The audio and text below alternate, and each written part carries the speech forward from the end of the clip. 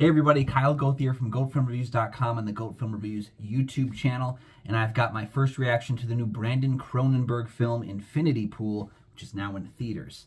I was finally able to catch this movie. Actually, it took me about a week or two longer than I really wanted to, but I've been really busy. So, full disclosure, I've seen Possessor, but I've not seen Antiviral or any of Brandon Cronenberg's previous short film work. So this is my second feature film from the director, who of course is the son of David Cronenberg. Takes after his father quite a bit, I'll say that. It was a fun experience to see this with only two other people in the theater that were very clearly a couple on a date. Hey, fun fact, this is not a date movie. Infinity Pool is not a great time with your gal or your dude or whoever you're with. This is a weird frickin' movie, but I would say that that's something that I knew going in, so it didn't shock me, but it's a very unusual film with a very unusual premise, that's not overly simplified either. I don't think it's as good as Possessor. I think Possessor streamlines its mythology a little bit better. But essentially, the film takes place with a couple on vacation. The husband's looking for inspiration for his second novel. He's been struggling for several years to get off the ground with that. And it's caused a little bit of tension in their relationship. And they show up here. They meet up with some new friends. And while vacationing, he inadvertently becomes responsible for the death of one of the locals. And there is a process where he can pay money to have himself essentially cloned, and then they'll kill the clone in front of him. And that's kind of how the clone takes his place in the death sentence. There's a lot more to the mythology, but that's essentially it. And I'll say this. It creates, this is great, what great science fiction does, it creates an ethical dilemma based on potential scientific discovery.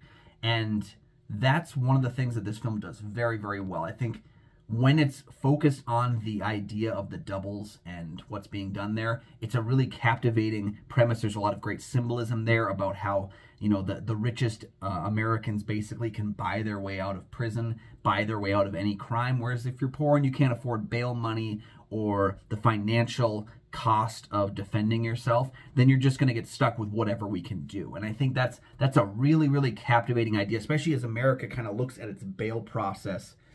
And we look at the way that the rich have essentially been able to cheat death, whereas the poor are kind of stuck doing whatever they can to survive. There's a lot of that at play here, and when it is, it's really working.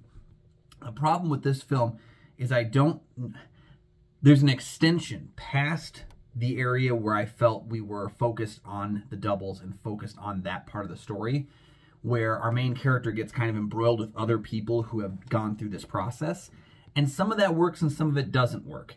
I think it kind of feels like Brandon kind of loses focus of where he's headed with the story and tries to focus on something different entirely. And I don't feel like we ever circled back in a way that felt truly gave it a sense of closure, I guess. And essentially that happens too at the ending of the film. We kind of get to someplace unique and interesting. I just don't really feel like it had that impact for me that I was hoping it would be. But all things being considered, I did enjoy the film. There's more positive than negative in this. It's always nice to see a film that really tests your mental, emotional, physical stability and really plays with that. There's a lot of bodily fluids in this one. That made kind of an interesting time. And I will say this, if you are photosensitive, this movie does have a warning about that. There's a lot of flashing lights and some stuff that can be a little hard to I mean, even just myself, I don't struggle with that, but even there was a lot of flashing lights that were sometimes kind of a little foggy to my brain. So I will warn you about that. But I do think if you are interested in checking out this film, it's not a horror film. I do think it kind of is getting that horror comparison, maybe because of the Cronenberg name, but Brandon Cronenberg seems to lean into this kind of dark sci-fi. And I think that's where he seems to be comfortable. And that's where this movie lands. So if you're into dark sci-fi, you like the ethical dilemmas, I would say give Infinity Pool a try. I think there's more to like here than dislike for at least me. I'm still going to recommend it. I don't think it's as strong as Possessor. So I will say this. If you are interested in seeing Infinity Pool, check out Possessor. Because I do think it's a really solid film. And if you like that one, give this one a try. If you are not a fan of Possessor, then I don't know if this kind of a film is going to work for you either. But yeah, definitely check it out. And once you've seen Infinity Pool, let me know in the comment section down below what you thought about it. And maybe give me your favorite Brandon Cronenberg film. He's only got the 3, but let me know which one is your favorite. Like I said, right now, my favorite is Possessor. I like that one quite a bit. Still have not seen Antiviral, but let me know in the comment section what you thought about the film. I'd love to hear it. And what are you looking forward to next at the theater? We've got a number of great movies coming out over the next couple of weeks, ramping up towards March and April. Let me know what you are excited to see next in the cinema. Thank you guys for joining me. You can find goatfilmreviews.com for my many written reviews. You can find Goat Film Reviews on Facebook. You can follow me personally at Almighty Goatman on Twitter, Instagram, and Letterboxd. And you can check out my show, Kyle and Nick on Film, that I co-host with Nick Plotachuk from the St. Paul Filmcast. We have new episodes every single week. That link is down in the description, as well as all the others. Check it out, and we'll see you next time.